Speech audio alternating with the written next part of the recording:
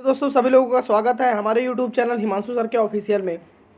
आज के हम यहाँ पर क्लास 2 नंबर की डिस्कस करने वाले हैं, क्लास नंबर 2 जो कि हमारी क्लास नंबर 1 हो चुकी है। तो आज हम SSC CHSL के प्रीवियस ईयर क्वेश्चन पर बात करेंगे जो कि GS के महत्वपूर्ण क्वेश्चन में से एक होने वाले हैं। ठीक दोस्तों, चलिए क्वेश्चन की शुरुआत करते हैं।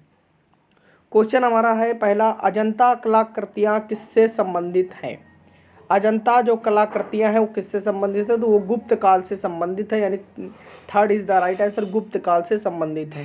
कुछ और जानकारियाँ देख लेते हैं, जैसे कि बात करें भारत का सबसे प्राचीन नगर कौन सा था, एग्जाम में पूछा गया है। तो भारत का सबसे प्राचीन नगर मोहनजोदड़ो था, जिसका सिंधी भाषा में अर्थ होता है मृतकों का टीला। क्या होता है? मृतकों का टीला।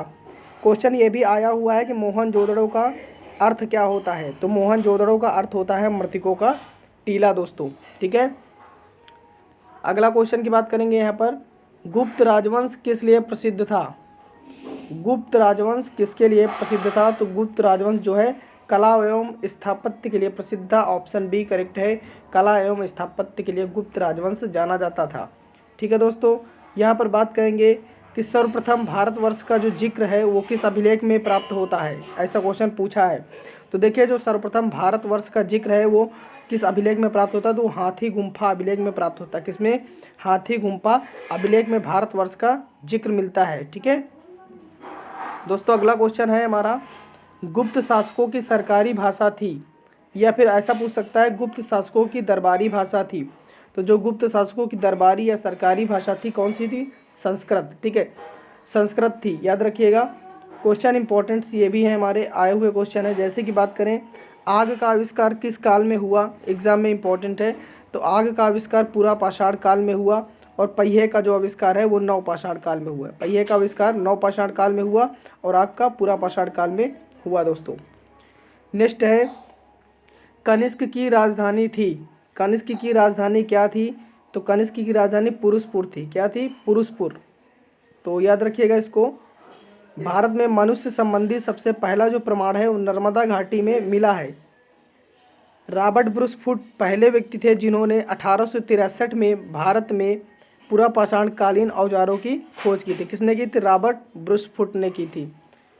कब की थी? 1863 में। अगला है, तक्षशिला विश्वविद्यालय स्थित है। तक्षशिला विश्वविद्यालय स्थित है, तो ये पाकिस्तान में स्थित है। कहाँ पर स्थित है? पाकिस्तान में तक्षशिला विश्वविद्यालय स्थित है, ये भी याद रखिएगा दोस्तों। महाभारत का पुराना नाम क्या है? कई बार पूछा गया है। महाभारत का पुराना नाम जय संहिता है। क्या है? जय संहिता। यह विश्व का सबसे बड़ा महाकाव्य है। पूछ लेता है निम्न में से सबसे बड़ा महाकाव्य कौन है, तो आंसर क्या होगा? महाभारत होगा। ठीक है, इसको याद रखिएगा दोस्तों। अगला है, देखिए यहाँ कुछ जानकारी ले लेंगे, महाजनपद और उनकी राजधानियाँ। जैसे एक तरफ हमारे महाजनपद हैं और एक तरफ हमारी उनकी राजधानियाँ हैं। जैसे कि अंग की राजधानी चंपा, मगध की राजधानी राजगृह या ग्रीवर्ज, काशी की वाराणसी, वत्स की कौशाम्बी, अवंती की उज्जैन या महिष्मती। इसको आप नोट कर लीजिएगा दोस्तों। प्राचीन काल में कलिंग का महान शासक कौन था? प्राचीन काल में जो कलिंग का महान शासक था वो हमारा खारवेल था। कौन था? खारवेल, यानी सी करेक्ट होगा, Kharavela is the right answer. Ashok का 7वां अभिलेख सबसे लंबा है। ऐसा पूछ लिया जाता है कि अशोक का कौन सा अभिलेख सबसे लंबा है, तो 7वां अभिलेख सबसे लंबा है। भारत में शिलालेख का जो प्रचलन शुरू हुआ था वो अशोक के ही टाइम पीरियड में शुरू हुआ था। इस चीज़ को भी आप नोट कर लीजिए दोस्तों। देखिए, ये स्लाइड आपके लिए इंपॉर्टेंट हो सकती है। बाबर द्वारा लड़े गए प्रमुख युद्ध, अभी हाल ही में MTS का एग्जाम हुआ था, यहाँ पर क्वेश्चन देखने को मिले थे इसी से। तो देखिए, बाबर द्वारा टोटल कितने युद्ध लड़े गए? 1 2 3 4 युद्ध लड़े गए। कितने? 4 युद्ध लड़े गए, जो कि सब में बात करें सभी 4 के चारों युद्ध में बाबर की ही विजय होती है, बाबर ही जीतता है। इस बात को आप यार नोट कर लीजिएगा। बाबर द्वारा पहला लड़ा गया युद्ध था पानीपत का प्रथम युद्ध, जो कि हमारा होता है 21 अप्रैल 1526 को, जो कि इब्राहिम लोदी और बाबर के बीच होता है, जिसमें इब्राहिम लोदी की क्या होती है? पराजय होती है, और बाबर की विजय होती है। अगला है खानवा का युद्ध, ये भी बाबर के द्वारा लड़ा गया था। राणा सांगा एवं बाबर के बीच लड़ा गया था 1527 में। कब लड़ा गया था? 1527 में दोस्तों। चंदेरी का युद्ध, चंदेरी का युद्ध कब हुआ था? 29 जनवरी 1528, मेदिनी राय एवं बाबर के बीच। मेदिनी राय की पराजय और बाबर की विजय। 29 जनवरी 1528 को होता है चंदेरी का युद्ध। घाघरा का युद्ध इम्पोर्टेंट है, 1529 में होता है, अफ़गानी एवं बाबर के बीच होता है।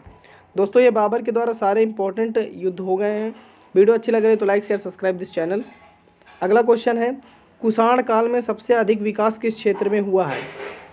कुषाण काल में सबसे जो अधिक विकास हुआ था, डेवलप हुआ था, तो वो साहित्य के क्षेत्र में डेवलप हुआ था, यानी कि सी करेक्ट है। नोट, हुमायूंनामा की रचना किसने लिखी थी? एग्जाम में इंपॉर्टेंट आया था क्वेश्चन।